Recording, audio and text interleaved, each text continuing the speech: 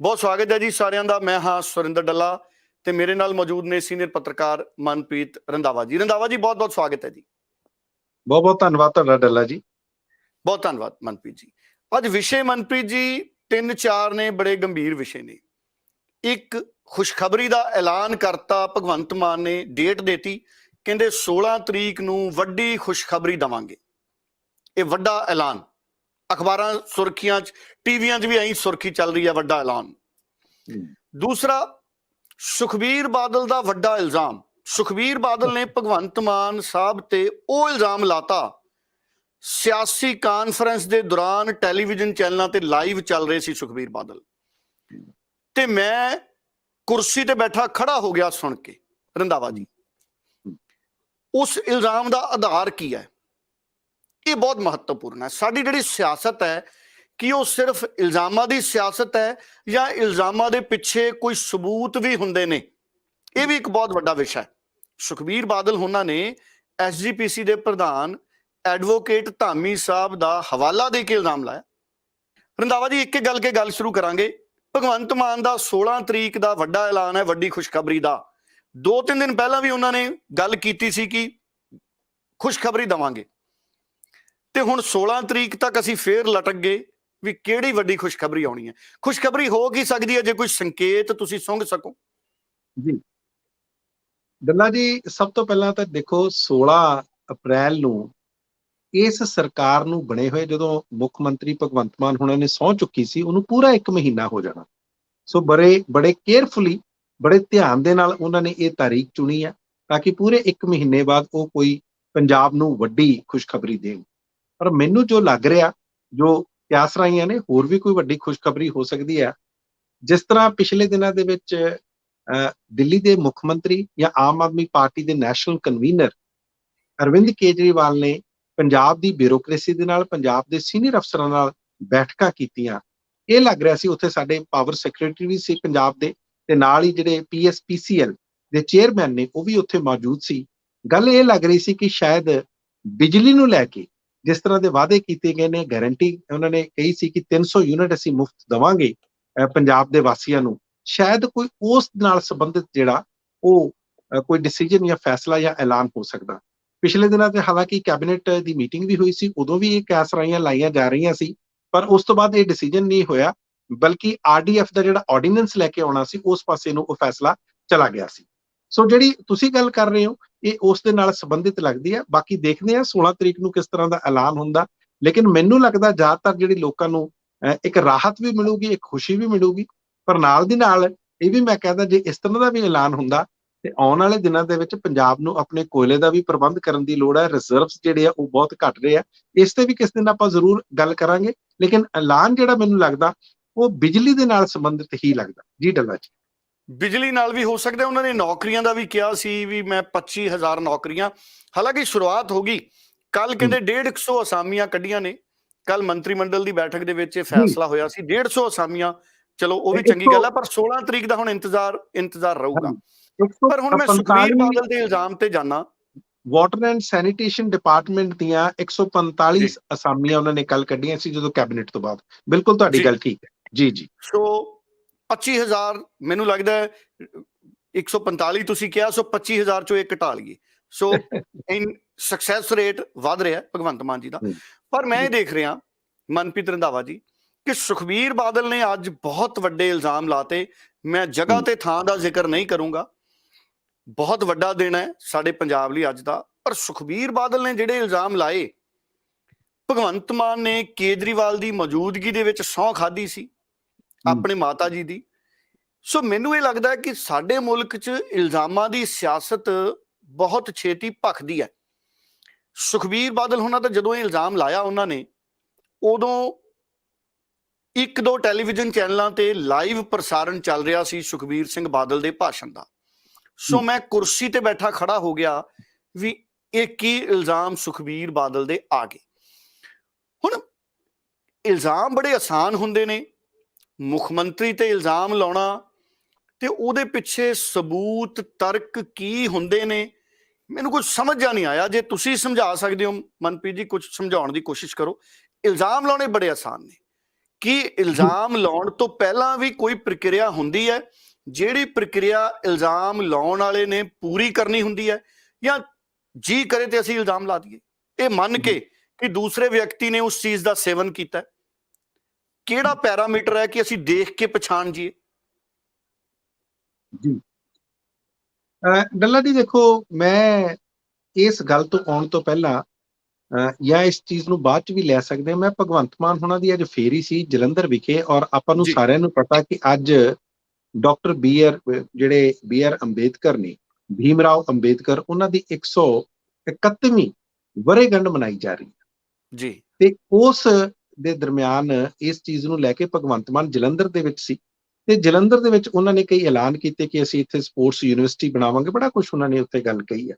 ਉਸ ਤੋਂ ਬਾਅਦ ਇੱਕ ਪ੍ਰੈਸ ਕਾਨਫਰੰਸ ਕੀਤੀ ਹੈ, ਉਸ ਦੀ ਵੀ ਜੇ ਤੁਸੀਂ ਗੱਲ ਕਰਨਾ ਚਾਹੋ ਤੇ ਆਪਾਂ ਬਾਅਦ ਚ ਕਰ ਸਕਦੇ ਹਾਂ। ਜੀ ਪਰ ਜਿਹੜਾ ਤੁਸੀਂ ਮੂਲ ਸਵਾਲ ਹੁਣ ਪੁੱਛਿਆ ਸੁਖਬੀਰ ਸਿੰਘ ਬਾਦਲ ਹੋਣਾ ਦਾ, ਸ਼੍ਰੋਮਣੀ ਅਕਾਲੀ ਦਲ ਦੇ ਪ੍ਰਧਾਨ ਨੇ, ਉਹ ਅੱਜ ਤਲਵੰਡੀ ਸਾਬੋ ਦੇ ਵਿੱਚ ਸੀ, ਉੱਥੇ ਭਾਸ਼ਣ ਦੇ ਰਹੇ ਸੀ। ਦੇਖੋ, ਭਾਸ਼ਣ ਉਹਨਾਂ ਨੇ ਸ਼ੁਰੂ ਕੀਤਾ, ਸੁਖਬੀਰ ਸਿੰਘ ਬਾਦਲ ਕਹਿੰਦੇ ਆ ਕਿ ਮੈਨੂੰ ਬੜਾ ਦੁੱਖ ਆ ਕਿ ਮੈਨੂੰ ਇਹ ਗੱਲ ਕਹਿਣੀ ਪੈ ਰਹੀ ਆ। ਉਹ ਕਹਿੰਦੇ ਅਸੀਂ ਸੋਚਿਆ ਸੀ ਨਵੀਂ ਸਰਕਾਰ ਆ, ਇਸ ਸਰਕਾਰ ਨੂੰ ਜਨਤਾ ਦਾ ਬਹੁਤ ਵੱਡਾ ਬਹੁਮਤ ਮਿਲਿਆ, ਬਹੁਤ ਵੱਡਾ ਮੈਂਡੇਟ ਇਹ ਲੈ ਕੇ ਆਏ ਆ, ਤੇ ਅਸੀਂ ਇਹ ਸੋਚ ਰੱਖਿਆ ਸੀ, ਯਾਨੀ ਕਿ ਪਾਰਟੀ ਨੇ, ਕਿ ਅਸੀਂ ਘੱਟੋ ਘੱਟ 6 ਮਹੀਨੇ ਇਹਨਾਂ ਨੂੰ ਜ਼ਰੂਰ ਦੇਵਾਂਗੇ, ਤੇ ਜੇ ਕੋਈ ਇਹ ਸਰਕਾਰ ਕੁਤਾਹੀ ਕਰਦੀ ਹੈ ਜਾਂ ਕਿਸੇ ਤਰ੍ਹਾਂ ਦੀ ਕੋਈ ਗਲਤੀ ਕਰਦੀ ਹੈ ਤਾਂ ਫਿਰ ਅਸੀਂ ਬੋਲਾਂਗੇ। ਉਸ ਤੋਂ ਪਹਿਲਾਂ ਅਸੀਂ ਕਿਸੇ ਤਰ੍ਹਾਂ ਦਾ ਇਲਜ਼ਾਮ ਨਹੀਂ ਲਾਉਣੇ ਜਾਂ ਕਿਸੇ ਤਰ੍ਹਾਂ ਦਾ ਇਹਦੀ ਆਲੋਚਨਾ ਨਹੀਂ ਕਰਨੀ, ਅਸੀਂ ਇਹ ਸੋਚ ਰੱਖਿਆ ਸੀ, ਕਿਉਂਕਿ ਇਹਦੇ ਨਾਲ ਇੱਕ ਮਾੜੀ ਪਿਰਤ ਪੈਂਦੀ ਹੈ। ਉਹਨਾਂ ਨੇ ਗੱਲ ਇਸ ਤਰ੍ਹਾਂ ਸ਼ੁਰੂਆਤ ਕੀਤੀ, ਪਰ ਕਹਿੰਦੇ ਮੈਨੂੰ ਬੜੇ ਦੁੱਖ ਨਾਲ ਕਹਿਣਾ ਪੈਂਦਾ ਕਿ ਭਗਵੰਤ ਮਾਨ ਜਿਹੜੇ ਮੁੱਖ ਮੰਤਰੀ ਨੇ, ਉਹ ਜਿਸ ਤਰ੍ਹਾਂ ਹੀ ਆਉਂਦੇ ਨੇ, ਉਹਨਾਂ ਨੇ ਨਾਂ ਵੀ ਲਿਆ, ਉੱਥੇ ਉਹ ਸ਼ਰਾਬ ਪੀ ਕੇ ਜਾਂਦੇ ਆ, ਇਹ ਗੱਲ ਉਹਨਾਂ ਨੇ ਕਹੀ। ਤੇ ਨਾਲ ਹੀ ਉਹਨਾਂ ਨੇ SGPC ਦੇ ਜਿਹੜੇ ਪ੍ਰੈਜ਼ੀਡੈਂਟ ਆ, ਐਡਵੋਕੇਟ ਹਰਜਿੰਦਰ ਸਿੰਘ ਧਾਮੀ, ਉਹਨਾਂ ਦਾ ਵੀ ਵਿੱਚ ਨਾਂ ਲਿਆ ਕਿ ਤੁਸੀਂ ਦੇਖੋ ਇਹ ਗੱਲ ਹੋ ਰਹੀ ਹੈ ਤੇ ਸਾਨੂੰ ਬੜੇ ਅਫਸੋਸ ਨਾਲ ਇਹ ਕਹਿਣਾ ਪੈ ਰਿਹਾ ਕਿ ਇਸ ਤਰ੍ਹਾਂ ਦੇ ਮੁੱਖ ਮੰਤਰੀ ਨੂੰ ਇਸ ਤਰ੍ਹਾਂ ਨਹੀਂ ਕਰਨਾ ਚਾਹੀਦਾ। ਇਲਜ਼ਾਮ ਲਾਤਾ। ਤੁਹਾਡੀ ਗੱਲ ਮੈਂ ਬਿਲਕੁਲ ਤਾਕੀਦ ਕਰਦਾ ਕਿ ਕਈ ਵਾਰੀ ਇਲਜ਼ਾਮ ਲੱਗ ਜਾਂਦੇ ਨੇ ਤੇ ਕੀ ਉਸ ਦਾ ਕੋਈ ਸਬੂਤ ਹੁੰਦਾ, ਇਹ ਗੱਲ ਸਾਰੇ ਹੀ ਪੁੱਛਣਗੇ, ਇਹਦੇ ਵਿੱਚ ਕੋਈ ਦੋ ਰਾਵਾਂ ਨਹੀਂ ਹੈ।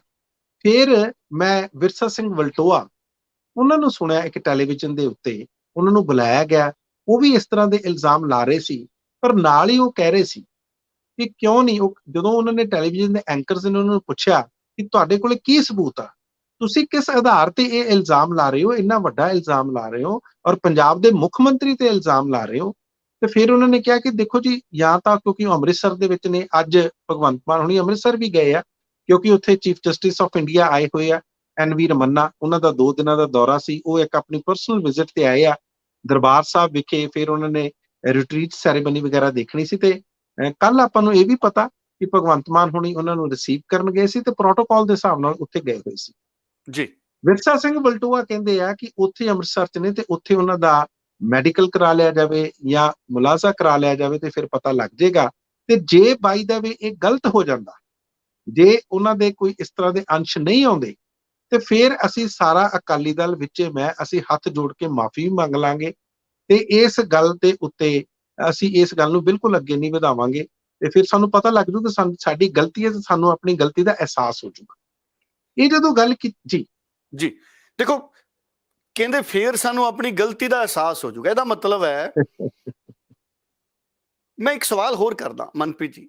ਜੀ ਜੀ ਜਿਹੜਾ ਵਿਅਕਤੀ ਇਲਜ਼ਾਮ ਲਾਉਂਦਾ ਹੈ, ਜਿਹੜਾ ਵਿਅਕਤੀ ਥਾਣੇ ਸ਼ਿਕਾਇਤ ਦੇ ਕੇ ਆਉਂਦਾ ਹੈ, ਪੁਲਿਸ ਪਹਿਲਾਂ ਇਹ ਤਾਂ ਵੈਰੀਫਾਈ ਕਰਦੀ ਹੈ ਵੀ ਕੀ ਉਹਦੀ ਸ਼ਿਕਾਇਤ ਸਹੀ ਹੈ ਜੀ, ਜਾਂ ਪੁਲਿਸ ਸਿੱਧਾ ਹੀ ਦੂਸਰੇ ਵਿਅਕਤੀ ਨੂੰ ਗ੍ਰਿਫਤਾਰ ਕਰ ਲੈਂਦੀ ਹੈ?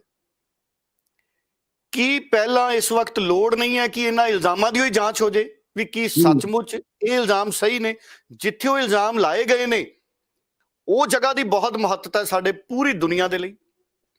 ਸੋ ਮੇਰੇ ਕਹਿਣ ਦਾ ਮਤਲਬ ਇਹ ਹੈ ਕਿ ਇਹ ਦਿਨ ਬਹੁਤ ਵੱਡਾ ਸੀ, ਇਹ ਬਹੁਤ ਵੱਡੇ ਦਿਨ 'ਚ ਜਿਹੜੀ ਇਹ ਗੱਲ ਕੀਤੀ ਗਈ ਕਿ ਇਹਨਾਂ ਇਲਜ਼ਾਮਾਂ ਦੇ ਪਿੱਛੇ ਕੋਈ ਸਿਆਸਤ ਤਾਂ ਨਹੀਂ, ਸਵਾਲ ਇਹ ਖੜਾ ਹੁੰਦਾ ਮਨਪ੍ਰੀਤ ਜੀ। ਜੀ ਦੇਖੋ, ਇੱਕ ਮੁੱਖ ਮੰਤਰੀ ਨੇ ਉਹਨਾਂ ਨਾਲ ਕਿੰਨੀ ਸਿਕਿਉਰਿਟੀ ਹੈ, ਉਹਨਾਂ ਨਾਲ ਕਿੰਨੀ ਸੁਰੱਖਿਆ ਹੈ। ਹੁਣ ਮੇਰੀ ਜਾਣਕਾਰੀ 'ਚ ਨਹੀਂ ਹੈ ਕਿ ਉਹ ਸੜਕ ਤੇ ਗਏ ਨੇ, ਗੱਡੀਆਂ ਦੇ ਜ਼ਰੀਏ ਗਏ ਨੇ ਜਾਂ ਹੈਲੀਕਾਪਟਰ 'ਚ ਗਏ ਨੇ, ਕਿਉਂਕਿ ਉਹਨਾਂ ਨੇ ਸਫ਼ਰ ਬਹੁਤ ਕਰਨਾ ਸੀ। ਉਸ ਤੋਂ ਬਾਅਦ ਉਹ ਜਲੰਧਰ ਗਏ ਜਾਂ ਪਹਿਲਾਂ ਜਲੰਧਰ ਗਏ, ਫਿਰ ਉਹਨਾਂ ਨੇ ਅੰਮ੍ਰਿਤਸਰ ਵੀ ਜਾਣਾ ਹੈ। ਸੋ ਸਫ਼ਰ ਬਹੁਤ ਜ਼ਿਆਦਾ ਹੈ ਅੱਜ ਭਗਵੰਤ ਮਾਨ ਹੁੰਦਾ ਦਾ।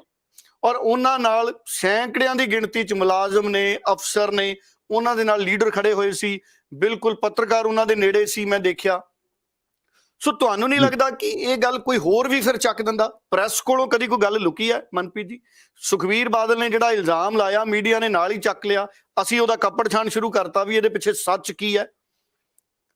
ਕਿਉਂਕਿ ਦੇਖੋ ਉਹ ਪੂਰੇ ਪੰਜਾਬ ਦੇ ਨੁਮਾਇੰਦੇ ਨੇ ਭਗਵੰਤ ਮਾਨ, ਠੀਕ ਹੈ, ਰਾਜਨੀਤਿਕ ਵਿਰੋਧ ਵੱਖਰਾ ਹੈ, ਨੀਤੀਆਂ ਦਾ ਵਿਰੋਧ ਵੱਖਰਾ ਹੈ, ਪਰ ਜਦੋਂ ਗੱਲ ਨਿੱਜੀ ਹਮਲੇ ਦੀ ਆਉਂਦੀ ਹੈ ਕਿਸੇ ਵੀ ਲੀਡਰ ਤੇ ਸਾਨੂੰ ਬਹੁਤ ਸੋਚ ਸਮਝ ਕੇ ਸਾਰਿਆਂ ਨੂੰ ਉਹਦੀ ਜ਼ਮੀਨ 'ਚ ਜਾਣਾ ਚਾਹੀਦਾ। ਹੁਣ ਜਿਹੜੀ ਉਹਨਾਂ ਨੇ ਗੱਲ, ਹਾਂਜੀ ਤੁਸੀਂ ਹੁਣ ਆਪਣੀ ਗੱਲ ਜਾਰੀ ਰੱਖੋ ਮਨਪ੍ਰੀਤ ਜੀ। ਨਹੀਂ, ਬਿਲਕੁਲ ਤੁਹਾਡੀ ਗੱਲ ਨਾਲ ਮੈਂ ਸਹਿਮਤ ਹਾਂ। ਕੋਈ ਵੀ ਇਲਜ਼ਾਮ ਤੁਸੀਂ ਬੜੀ ਜ਼ਿੰਮੇਵਾਰੀ ਦੇ ਨਾਲ, ਔਰ ਖਾਸ ਤੌਰ ਤੇ ਇਹ ਗੱਲ ਸ਼੍ਰੋਮਣੀ ਅਕਾਲੀ ਦਲ ਦੇ ਪ੍ਰਧਾਨ ਵੱਲੋਂ ਆਉਣੀ, ਮੈਨੂੰ ਲੱਗਦਾ ਇਸ ਗੱਲ ਨੂੰ ਵੀ ਦੇਖਣਾ ਚਾਹੀਦਾ ਕਿ ਉਹਨਾਂ ਨੇ ਕੀ ਸੋਚ ਕੇ, ਜਾਂ ਉਹਨਾਂ ਨੂੰ ਕਿਸ ਤਰ੍ਹਾਂ ਦੀ ਇਨਫੋਰਮੇਸ਼ਨ ਆ, ਕਿਹੜੇ ਲੋਕ ਉਹ ਹੈ ਜਿਨ੍ਹਾਂ ਨੇ ਉਹਨਾਂ ਨੂੰ ਦੱਸਿਆ, ਜਾਂ ਕਿਹੜੇ ਲੋਕਾਂ ਨੇ ਇਸ ਗੱਲ ਦੀ ਤਸਦੀਕ ਕੀਤੀ ਕਿ ਭਗਵੰਤ ਮਾਨ ਹੋਣੀ ਇਸ ਤਰ੍ਹਾਂ ਦੀ ਸਿਚੁਏਸ਼ਨ ਦੇ ਵਿੱਚ ਸੀ। ਮੈਂ ਥੋੜਾ ਜਿਹਾ ਇਹ ਵੀ ਦੱਸਦਾ ਕਿ ਜਦੋਂ ਵਿਰਸਾ ਸਿੰਘ ਵਲਟੋਆ ਟੀਵੀ ਤੇ ਬੋਲ ਰਹੇ ਸੀ, ਉਦੋਂ ਹੀ ਆਮ ਆਦਮੀ ਪਾਰਟੀ ਦੇ ਜਿਹੜੇ ਸਪੋਕਸਮੈਨ ਨੇ ਮਾਲਵਿੰਦਰ ਸਿੰਘ ਕੰਗ, ਅਕਸਰ ਉਹ ਆ ਕੇ ਬੋਲਦੇ ਆ, ਉਹ ਵੀ ਇਹਨਾਂ ਗੱਲਾਂ ਦਾ ਖੰਡਨ ਕਰ ਰਹੇ ਸੀ ਔਰ ਕਹਿ ਰਹੇ ਸੀ ਕਿ ਇਹ ਬਿਲਕੁਲ ਹੀ ਜਿਹੜੀਆਂ ਬੇਤੁਕੀਆਂ ਗੱਲਾਂ ਨੇ, ਔਰ ਸ਼੍ਰੋਮਣੀ ਅਕਾਲੀ ਦਲ ਮੁੱਦਿਆਂ ਤੋਂ ਭਟਕ ਕੇ ਇਸ ਤਰ੍ਹਾਂ ਦੀਆਂ ਗੱਲਾਂ ਜਾਣਬੁੱਝ ਕੇ ਕਰ ਰਿਹਾ, ਤਾਂ ਕਿ ਜਿਹੜੇ ਸਾਡੇ ਅਸਲੀ ਮੁੱਦੇ ਨੇ, ਜਿਹੜੇ ਸਾਡੇ ਭਖਦੇ ਮਸਲੇ ਨੇ ਪੰਜਾਬ ਦੇ ਨਾਲ, ਜਿਨ੍ਹਾਂ ਦਾ ਸਰੋਕਾਰ ਆ, ਉਹਨਾਂ ਮੁੱਦਿਆਂ ਤੋਂ ਭਟਕਾਇਆ ਜਾ ਸਕੇ। ਉਹਨਾਂ ਨੇ ਜਦੋਂ ਗੱਲ ਹੋ ਰਹੀ ਸੀ ਤੇ ਉਸੇ ਵਕਤ ਜਿਹੜੇ ਵਿਰਸਾ ਸਿੰਘ ਵਲਟੋਆ ਸ਼੍ਰੋਮਣੀ ਅਕਾਲੀ ਦਲ ਦੇ, ਉਹਨਾਂ ਨੇ ਇਹ ਵੀ ਗੱਲ ਕਹੀ ਕਿ ਚਲੋ ਠੀਕ ਹੈ, ਮੁਲਾਜ਼ੇ ਦੀ ਗੱਲ ਜਾਂ ਮੈਡੀਕਲ ਦੀ ਗੱਲ ਨਾ ਕਰੋ, ਤੇ ਤੁਸੀਂ ਏਦਾਂ ਕਰੋ ਕਾਂਗ ਸਾਹਿਬ ਕਿ ਤੁਸੀਂ ਸਹੁੰ ਖਾ ਕੇ, ਜਾਂ ਬੱਚਿਆਂ ਦੀ, ਉਹਨਾਂ ਨੇ ਇਹ ਗੱਲ ਕਹੀ ਆ, ਔਨ ਰੈਕਰਡ ਆ ਸਾਰੀਆਂ ਗੱਲਾਂ, ਤੁਸੀਂ ਕਹਿ ਦਿਓ ਕਿ ਇਸ ਤਰ੍ਹਾਂ ਦੀ ਕੋਈ ਗੱਲ ਨਹੀਂ ਹੈ ਤੇ ਫਿਰ ਵੀ ਅਸੀਂ ਮਾਫੀ ਮੰਗ ਲਾਂਗੇ।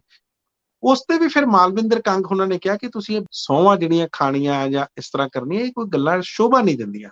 ਇਹੋ ਜਿਹੀਆਂ ਗੱਲਾਂ ਆਪਸ ਦੇ ਵਿੱਚ ਥੋੜੀ ਬਹੁਤੀ ਤਕਰਾਰ ਹੋਈ ਹੈ, ਪਰ ਮੈਂ ਇਸ ਗੱਲ ਨਾਲ ਤੁਹਾਡੇ ਨਾਲ 100% ਇਤਫਾਕ ਰੱਖਦਾ ਕਿ ਜਦੋਂ ਤੁਸੀਂ ਇੰਨਾ ਵੱਡਾ ਇਲਜ਼ਾਮ ਲਾਉਂਦੇ ਹੋ, ਤੁਹਾਡੇ ਕੋਲ ਕਿਸੇ ਨਾ ਕਿਸੇ ਤਰ੍ਹਾਂ ਦਾ ਕੋਈ ਸਬੂਤ ਜਾਂ ਕਿਸੇ ਤਰ੍ਹਾਂ ਦਾ ਤੱਥ ਹੋਣੇ ਬਹੁਤ ਲਾਜ਼ਮੀ ਨੇ, ਕਿਉਂਕਿ ਤੁਸੀਂ ਪੰਜਾਬ ਦੇ ਇੱਕ ਮੁੱਖ ਮੰਤਰੀ ਤੇ ਇਲਜ਼ਾਮ ਲਾ ਰਹੇ ਹੋ।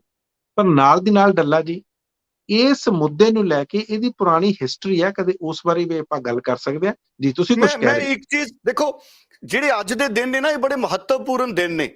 ਮੈਨੂੰ ਲੱਗਦਾ ਹੈ ਜੋ ਸਿਆਸਤ ਦਾ ਪੱਧਰ ਸਾਡੇ ਮੁਲਕ 'ਚ ਬਣ ਗਿਆ, ਮੈਨੂੰ ਲੱਗਦਾ ਜਿਵੇਂ ਤੁਸੀਂ ਦੇਖੋ, ਅਗਰ ਪ੍ਰਧਾਨ ਮੰਤਰੀ ਸਾਹਿਬ ਨੂੰ ਮਿਲਣ ਜਾਣਾ ਹੈ ਤੇ ਕਹਿੰਦੇ ਕੋਵਿਡ ਦਾ ਟੈਸਟ ਹੁੰਦਾ ਹੈ, ਤੇ ਜਦੋਂ ਤੁਸੀਂ ਐਡੀਆਂ ਵੱਡੀਆਂ ਥਾਵਾਂ ਤੇ ਜਾਣਾ ਹੈ, ਮੈਨੂੰ ਲੱਗਦਾ ਹੈ ਜੋ ਹਾਲਾਤ ਬਣ ਗਏ ਸਾਡੇ ਮੁਲਕ 'ਚ, ਕਿਤੇ ਇਹ ਚੀਜ਼ ਦੇਖੋ, ਇਹਦਾ ਹੱਲ ਇੱਕੋ ਹੀ ਆ ਫਿਰ, ਕਿਉਂਕਿ ਜਾਂ ਤਾਂ ਤੁਸੀਂ ਇਲਜ਼ਾਮ ਲਾਓਗੇ, ਜਾਂ ਤੁਸੀਂ ਇਲਜ਼ਾਮ ਲਾਉਣ ਤੋਂ ਪਹਿਲਾਂ ਹੀ ਇੱਕ ਬੰਦੋਬਸਤ ਕਰੋਗੇ, ਇੱਕ ਪ੍ਰਕਿਰਿਆ ਬਣਾਓਗੇ। ਕੀ ਸਾਨੂੰ ਅਜਿਹੀ ਪ੍ਰਕਿਰਿਆ ਦੀ ਲੋੜ ਬਣ ਗਈ ਵੀ ਅਸੀਂ ਜਦੋਂ ਐਡਾਂ ਦੀਆਂ ਵੱਡੀਆਂ ਥਾਵਾਂ ਤੇ ਜਾਣਾ ਹੈ ਤੇ ਉਸ ਤੋਂ ਪਹਿਲਾਂ ਸਾਰਿਆਂ ਦੇ ਡੋਪ ਟੈਸਟ ਲਾਜ਼ਮੀ ਹੋਣ, ਫਿਰ ਭਾਵੇਂ ਕੋਈ ਪ੍ਰਬੰਧਕ ਹੈ ਤੇ ਭਾਵੇਂ ਕੋਈ ਮਹਿਮਾਨ ਹੈ ਤੇ ਭਾਵੇਂ ਕੋਈ ਆਮ ਬੰਦਾ ਹੈ? ਦੇਖੋ, ਨਹੀਂ ਤਾਂ ਤੁਸੀਂ ਕਿਸੇ ਵਿਅਕਤੀ ਨੂੰ ਦੇਖ ਕੇ ਕਿਵੇਂ ਤੈਅ ਕਰੋਗੇ? ਸੋ ਸਵਾਲ ਮੇਰਾ ਕੰਸਰਨ ਇਹ ਹੈ, ਦੇਖੋ, ਅਗਰ ਪ੍ਰਧਾਨ ਮੰਤਰੀ ਸਾਹਿਬ ਨੂੰ ਮਿਲਣ ਜਾਣਾ ਹੈ ਤੇ ਕੋਵਿਡ ਦੇ ਟੈਸਟ ਦੀ ਰਿਪੋਰਟ ਲੈ ਕੇ ਜਾਣੀ ਪੈਂਦੀ ਹੈ, ਤੇ ਜਦੋਂ ਫਿਰ ਐਡੇ ਵੱਡੇ ਸਾਡੀਆਂ ਐਡੀਆਂ ਪਵਿੱਤਰ ਥਾਵਾਂ ਨੇ, ਕਿੰਨੇ ਸਾਡੇ ਵੱਡੇ ਅਦਾਰੇ ਨੇ, ਉਹਨਾਂ ਦੇ ਲਈ ਵੀ ਫਿਰ ਕੋਈ ਪ੍ਰੋਟੋਕਾਲ ਬਣ ਜਾਣਾ ਚਾਹੀਦਾ, ਤਾਂ ਕਿ ਘੱਟੋ ਘੱਟ ਅਗਰ ਇਲਜ਼ਾਮ ਲੱਗਦੇ ਨੇ ਤੇ ਫਿਰ ਉਹਨਾਂ ਦਾ ਆਧਾਰ ਹੋਵੇ। ਮਨਪ੍ਰੀਤ ਜੀ, ਤੁਸੀਂ ਕਿਵੇਂ ਵੇਖਦੇ ਹੋ? ਦੇਖੋ, ਇਹ ਵਿਸ਼ਾ ਬਹੁਤ ਗੰਭੀਰ ਵਿਸ਼ਾ ਹੈ, ਬਹੁਤ ਗੰਭੀਰ ਵਿਸ਼ਾ। ਮੈਂ ਇਹਦੀ ਤਹਿ ਤੱਕ ਜਾਣ ਦੀ ਕੋਸ਼ਿਸ਼ ਕਰ ਰਿਹਾ। ਦੇਖੋ, ਬੜਾ ਸੈਂਸਿਟਿਵ ਹੈ, ਇਹਦੇ ਵਿੱਚ ਕੋਈ ਦੋ ਰਾਵਾਂ ਨਹੀਂ ਹੈ, ਕਿਉਂਕਿ ਹਜੇ ਤੱਕ ਸਾਡੇ ਕੋਲ ਜਿਹੜੀਆਂ ਗੱਲਾਂ ਪਹੁੰਚ ਰਹੀਆਂ ਨੇ, ਸੂਚਨਾਵਾਂ ਪਹੁੰਚ ਰਹੀਆਂ ਨੇ, ਉਹ ਸਿਰਫ ਇੱਕ ਬਿਆਨਾਂ ਦੇ ਜ਼ਰੀਏ ਪਹੁੰਚ ਰਹੀਆਂ। ਇਹਦਾ ਕੋਈ ਕਿਸੇ ਦਾ ਜਿਹੜੇ ਆਧਾਰ ਨਹੀਂ ਹੁੰਦੇ ਜਾਂ ਤੱਥ ਨਹੀਂ ਹੁੰਦੇ, ਇਹ ਵੀ ਸਾਨੂੰ ਪਤਾ। ਔਰ ਇਸ ਚੀਜ਼ ਨੂੰ ਸਾਬਿਤ ਕਰਨਾ ਵੀ ਆਉਣ ਵਾਲੇ ਦਿਨਾਂ ਦੇ ਵਿੱਚ ਸ਼੍ਰੋਮਣੀ ਅਕਾਲੀ ਦਲ ਦੇ ਚਾਹੇ ਸੀਨੀਅਰ ਲੀਡਰ ਨੇ, ਚਾਹੇ ਸੁਖਬੀਰ ਸਿੰਘ ਬਾਦਲ ਆ, ਉਹਨਾਂ ਲਈ ਬੜਾ ਮੁਸ਼ਕਲ ਹੋ ਜਾਏਗਾ। ਹਾਂ, ਠੀਕ ਹੈ, ਉਹ ਕੋਈ ਵੀਡੀਓ ਦਿਖਾ ਕੇ ਜਾਂ ਕੁਛ ਤਰ੍ਹਾਂ ਦੀ ਗੱਲਾਂ ਕਰਕੇ ਤਾਂ ਉਹ ਗੱਲਾਂ ਕਹਿ ਸਕਦੇ ਆ, ਪਰ ਉਹਦਾ ਜਿਹੜਾ ਪੁਖਤਾ ਆਧਾਰ ਬਣਾਉਣਾ ਉਹਨਾਂ ਲਈ ਵੀ ਬੜਾ ਮੁਸ਼ਕਲ ਹੋ ਜਾਏਗਾ। ਇਹ ਤੁਹਾਡੀ ਗੱਲ ਬਿਲਕੁਲ ਠੀਕ ਹੈ। ਦੇਖੋ, ਮੈਂ ਇੱਕ ਚੀਜ਼ ਸੁਭਾਵਿਕ ਤੌਰ ਤੇ ਨੋਟ ਕੀਤੀ ਹੈ ਮਨਪ੍ਰੀਤ ਜੀ, ਕਈ ਦਿਨਾਂ ਤੋਂ ਅਸੀਂ ਕਈ ਵਾਰੀ ਜ਼ਿਕਰ ਕੀਤਾ ਹੈ, ਭਗਵੰਤ ਮਾਨ ਜੀ ਕਾਫੀ ਥੱਕੇ, ਕਾਫੀ ਉਦਾਸ ਨਜ਼ਰ ਆਉਂਦੇ ਨੇ। ਤੁਸੀਂ ਦੇਖੋ, ਉਹ ਵੀ ਲਗਾਤਾਰ ਭੱਜੇ ਫਿਰਦੇ ਨੇ। ਤੁਸੀਂ ਦੇਖੋ, ਕੱਲ ਅੰਮ੍ਰਿਤਸਰ ਸੀਗੇ, ਅੰਮ੍ਰਿਤਸਰ ਸੀ, ਫਿਰ ਚੰਡੀਗੜ੍ਹ ਗਏ ਹੋਣੇ ਨੇ, ਹਰ ਵਿਅਕਤੀ ਨੂੰ ਅਗਰ ਉਹਦੀ ਨੀਂਦ ਨਾ ਪੂਰੀ ਹੋਵੇ ਤੇ ਉਹਦੀ ਸ਼ਕਲ ਬਦਲ ਜਾਂਦੀ ਹੈ। ਜੀ ਨੀਂਦ ਨਾ ਪੂਰੀ ਹੋਵੇ, ਫਿਜ਼ੀਕਲ ਡਿਪਰੈਸ਼ਨ ਹੈ, ਥਕਾਵਟ ਹੈ, ਤੇ ਅਸੀਂ ਕਿਸੇ ਵਿਅਕਤੀ ਦੀ ਦਿੱਖ ਨੂੰ ਦੇਖ ਕੇ, ਉਹਦੇ ਸਰੀਰ ਨੂੰ ਦੇਖ ਕੇ ਅਸੀਂ ਇਹ ਅੰਦਾਜ਼ੇ ਲਾ ਲਈਏ ਵੀ ਇਹ ਇਸ ਤਰ੍ਹਾਂ ਹੋ ਸਕਦਾ। ਮੈਨੂੰ ਲੱਗਦਾ ਕਿ ਇਹਦੇ ਲਈ ਸਾਨੂੰ ਦੇਖੋ, ਸਾਨੂੰ ਸਾਡੀ ਪੋਲਿਟਿਕਸ 'ਚ ਰਿਫਾਰਮਸ ਦੀ ਲੋੜ ਹੈ। ਮੈਨੂੰ ਲੱਗਦਾ ਹੈ ਕਿ ਇਹਦੇ ਉੱਪਰ ਵੀ ਇੱਕ ਰਿਫਾਰਮਸ ਆਉਣੇ ਚਾਹੀਦੇ ਨੇ। ਵੇਲਾ ਆ ਗਿਆ ਕਿ ਸਾਡੀ ਵਿਧਾਨ ਸਭਾ ਦੇ ਵਿੱਚ ਇਸ ਮਸਲੇ ਦੇ ਉੱਤੇ ਵੀ ਕੋਈ ਨਾ ਕੋਈ ਕਾਨੂੰਨ ਆਵੇ ਕਿ ਕੋਈ ਜਾਂ ਫਿਰ ਭਾਵੇਂ ਸਾਡੇ ਦੇਸ਼ ਦੇ ਪ੍ਰਧਾਨ ਮੰਤਰੀ ਨੇ, ਭਾਵੇਂ ਦੁਨੀਆ ਦੇ ਕੋਈ ਵੱਡੇ ਤੋਂ ਵੱਡੇ ਮਹਿਮਾਨ ਸਾਡੇ ਮੁਲਕ 'ਚ ਆ ਰਹੇ ਨੇ, ਜਦੋਂ ਸਾਡੇ ਇਸ ਤਰ੍ਹਾਂ ਦੇ ਵੱਡੇ ਇਕੱਠ ਹੋਣਗੇ ਤੇ ਜ਼ਰੂਰ ਇੱਕ ਪ੍ਰੋਟੋਕਾਲ ਉਹਦੇ ਲਈ ਬਣਾਇਆ ਜਾਵੇ। ਕੋਈ ਹੋਵੇ ਫਿਰ ਉਹਦੇ 'ਚ ਭਾਵੇਂ ਮੈਂ ਆ, ਭਾਵੇਂ ਮਨਪ੍ਰੀਤ ਜੀ ਤੁਸੀਂ ਹੋ, ਤੇ ਭਾਵੇਂ ਕੋਈ ਹੈ, ਫਿਰ ਉਹਦੇ ਤੇ ਤੁਸੀਂ ਇਹ ਨਹੀਂ ਕਿੰਤੂ ਪਰੰਤੂ ਕਰ ਸਕਦੇ ਕਿ ਅਸੀਂ ਨਹੀਂ ਟੈਸਟ ਕਰਾਉਣਾ। ਦੇਖੋ, ਫਿਰ ਸਾਰਿਆਂ ਨੂੰ ਹੀ ਉਹਦੇ ਟੈਸਟ ਚੋਂ ਨਿਕਲਣ ਦਾ ਦੌਰ ਬਣਾਉਣਾ ਚਾਹੀਦਾ ਕਿ ਸਾਰਿਆਂ ਦਾ ਹੀ ਡੋਪ ਟੈਸਟ ਹੋਵੇ, ਤਾਂ ਕਿ ਫਿਰ ਅਜਿਹੀਆਂ ਚੀਜ਼ਾਂ ਤੋਂ ਬਚਿਆ ਜਾ ਸਕੇ। ਕਿਉਂਕਿ ਇਹ ਮਸਲਾ ਇਹੋ ਜਿਹਾ ਪੈ ਗਿਆ, ਇਹ ਸੁਖਬੀਰ ਬਾਦਲ ਨੇ ਬਿਆਨ ਦਿੱਤਾ, ਜਿਹੜੇ ਅਕਾਲੀ ਦਲ ਦੇ ਪ੍ਰਧਾਨ ਨੇ, ਹੁਣ ਇਹ ਰੱਬ ਜਾਣਦਾ, ਪਰ ਅਕਾਲੀ ਦਲ ਦੇ ਪ੍ਰਧਾਨ ਨੇ ਬਿਆਨ ਦਿੱਤਾ ਔਰ ਇਸ ਬਿਆਨ ਨੂੰ ਆਮ ਆਦਮੀ ਪਾਰਟੀ ਨੇ ਵੀ ਗੰਭੀਰਤਾ ਦੇ ਨਾਲ ਲਿਆ ਔਰ ਆਉਂਦੇ ਦਿਨਾਂ 'ਚ ਇਹਦੇ ਤੇ ਸਿਆਸਤ ਵੀ ਹੋਣੀ ਹੈ ਔਰ ਆਉਂਦੇ ਦਿਨਾਂ 'ਚ ਇਹਦੇ ਤੇ ਸਿਆਸੀ ਮੁੱਦਾ ਬਣ ਗਿਆ। ਮਨਪ੍ਰੀਤ ਜੀ, ਮੈਨੂੰ ਲੱਗਦਾ ਹੁਣ ਇਹਦੇ ਤੇ ਭਗਵੰਤ ਮਾਨ ਹੋਣਾ ਨੂੰ ਵੀ, ਉਹ ਵੀ ਮੈਨੂੰ ਲੱਗਦਾ ਕੋਈ ਨਾ ਕੋਈ ਬਿਆਨ ਜ਼ਰੂਰ ਦੇਣਗੇ। ਜੀ ਹੋ ਸਕਦਾ ਜੀ। ਇਹ ਜਿਸ ਤਰ੍ਹਾਂ ਤੁਸੀਂ ਬੜਾ ਚੰਗੀ ਤਰ੍ਹਾਂ ਐਕਸਪਲੇਨ ਕਰਤਾ ਤੇ ਇਹਨੂੰ ਬੜਾ ਤੁਸੀਂ ਤਫਸੀਲ ਨਾਲ ਸਾਰਾ ਕੁਝ ਦੱਸਤਾ। ਹੁਣ ਦੇਖਦੇ ਹਾਂ ਕਿ ਉਧਰੋਂ ਕੀ ਬਿਆਨ ਆਉਂਦੇ ਆ। ਹਾਲਾਂਕਿ ਐਕਸਪਲੇਨੇਸ਼ਨ ਤਾਂ ਉਹਨਾਂ ਦੀ ਪਾਰਟੀ ਦੇ ਸਪੋਕਸਪਰਸਨ ਵੱਲੋਂ ਆਈ ਗਈ ਹੈ।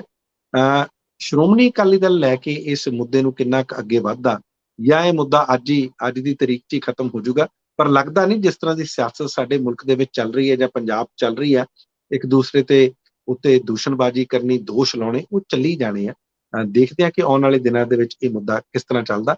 ਪਰ ਮੈਨੂੰ ਲੱਗਦਾ ਡੱਲਾ ਜੀ, ਸਾਨੂੰ ਭਗਵੰਤ ਮਾਨ ਉਹਨਾਂ ਨੇ ਜਿਹੜੇ ਐਲਾਨ ਕੀਤੇ ਆ ਤੇ ਇੱਕ ਕਾਫੀ ਦੇਰ ਬਾਅਦ ਉਹਨਾਂ ਨੇ ਮੀਡੀਆ ਨੂੰ ਐਡਰੈਸ ਕੀਤਾ, ਉਸ ਨੂੰ ਲੈ ਕੇ ਵੀ ਸਾਨੂੰ ਇੱਕ ਗੱਲ ਜ਼ਰੂਰ ਕਰ ਲੈਣੀ ਚਾਹੀਦੀ ਹੈ। ਜੀ ਬਿਲਕੁਲ, ਮੈਂ ਚਾਹੂੰਗਾ ਕਿ ਉਹ ਪ੍ਰੈਸ ਕਾਨਫਰੰਸ ਭਗਵੰਤ ਮਾਨ ਉਹਨਾਂ ਨੇ ਕਈ ਜਵਾਬ ਦਿੱਤੇ।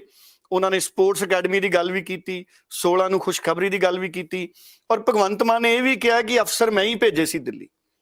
ਉਹਨਾਂ ਨੇ ਕਲੈਰਿਟੀ ਦਿੱਤੀ, ਜਿਹੜੇ ਅਰਵਿੰਦ ਕੇਜਰੀਵਾਲ ਉਹਨਾਂ ਦੇ ਨਾਲ ਮੀਟਿੰਗ ਦੀ ਗੱਲ ਹੈ ਔਰ ਉਹ ਕਹਿੰਦੇ ਪੁਰਾਣੇ ਸਮਿਆਂ 'ਚ ਵੀ ਜਾਂਦੇ ਰਹੇ ਨੇ ਤੇ ਜਿੱਥੇ ਲੋੜ ਹੋਊ ਉੱਥੇ ਵੀ ਭੇਜਾਂਗੇ। ਇਹ ਪ੍ਰੈਸ ਕਾਨਫਰੰਸ ਨੂੰ ਤੁਸੀਂ ਕਿਵੇਂ ਇਹਦਾ ਐਨਾਲਿਸਿਸ ਕਰੋਗੇ?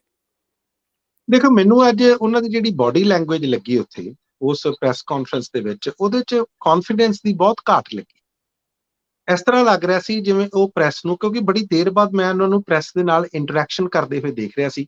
ਪਹਿਲਾਂ ਉਹਨਾਂ ਨੇ ਐਲਾਨ ਕੀਤੇ ਸਟੇਜ ਤੋਂ ਖੜੇ ਹੋ ਕੇ, ਉਹਨਾਂ ਨੇ ਕਿਹਾ ਕਿ ਜਲੰਧਰ ਨੂੰ ਜਿਸ ਤਰ੍ਹਾਂ ਇੱਕ ਸਪੋਰਟਸ ਯੂਨੀਵਰਸਿਟੀ ਦੇਵਾਂਗੇ।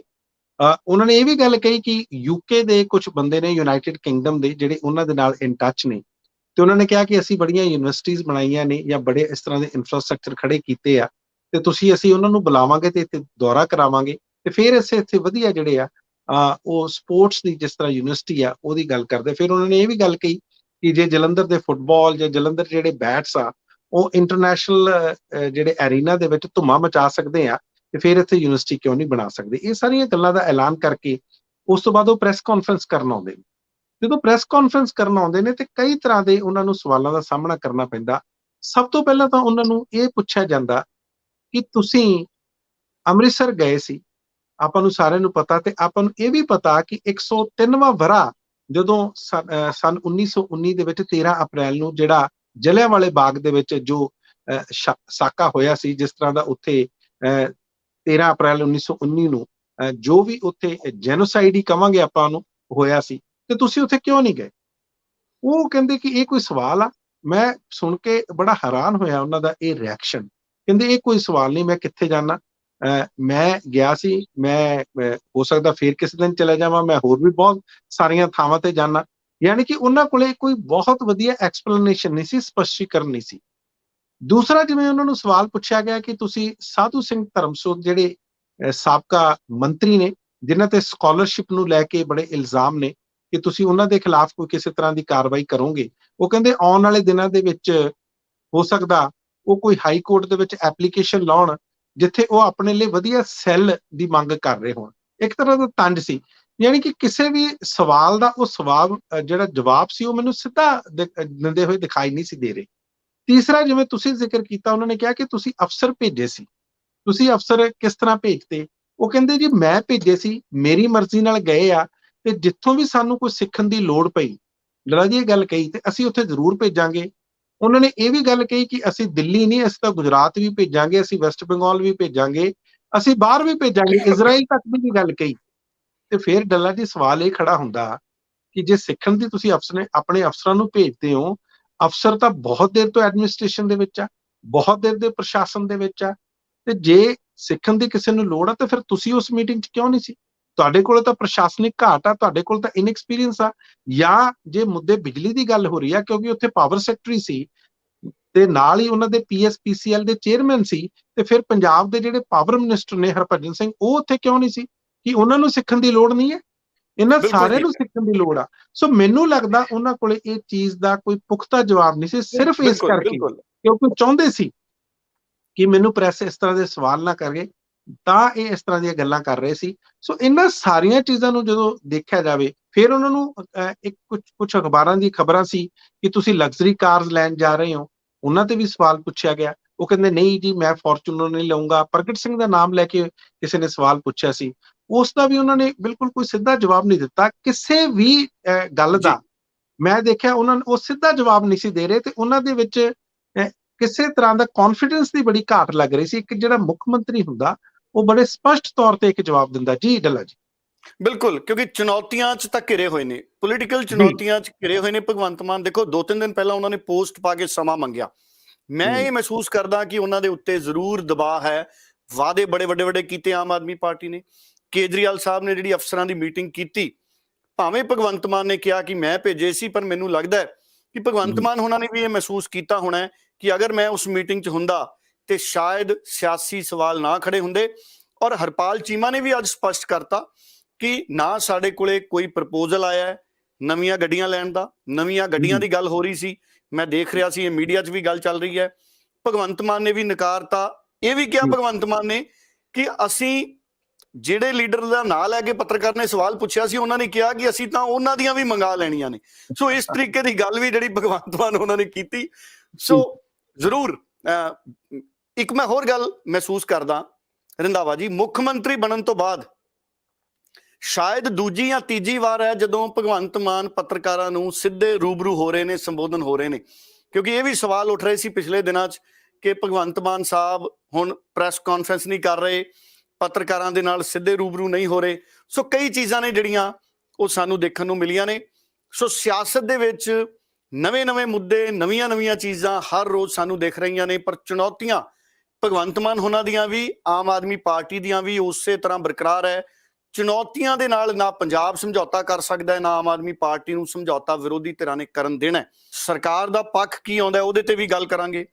ਕੋਈ ਵੀ ਧਿਰ, ਭਾਵੇਂ ਅਕਾਲੀ ਦਲ ਹੈ, ਭਾਵੇਂ ਆਮ ਆਦਮੀ ਪਾਰਟੀ ਹੈ, ਭਾਵੇਂ ਕਾਂਗਰਸ ਹੈ, ਕੋਈ ਵੀ ਆਪਣਾ ਕੋਈ ਪੱਖ ਰੱਖਣਾ ਚਾਹੁੰਦੇ, ਸਾਡੇ ਇਹਨਾਂ ਪ੍ਰੋਗਰਾਮਾਂ ਦੇ ਵਿੱਚ ਖੁੱਲਾ ਸਵਾਗਤ ਹੈ। ਅਸੀਂ ਨਿਰਪੱਖਤਾ ਦੇ ਨਾਲ ਸਾਰਿਆਂ ਦੀ ਗੱਲ ਹੈ ਜਿਹੜੀ ਉਹ ਰੱਖ ਸਕਦੇ ਹਾਂ। ਬਹੁਤ ਬਹੁਤ ਧੰਨਵਾਦ ਮਨਪ੍ਰੀਤ ਜੀ। ਬਹੁਤ ਬਹੁਤ ਧੰਨਵਾਦ ਤੁਹਾਡਾ ਡੱਲਾ ਜੀ।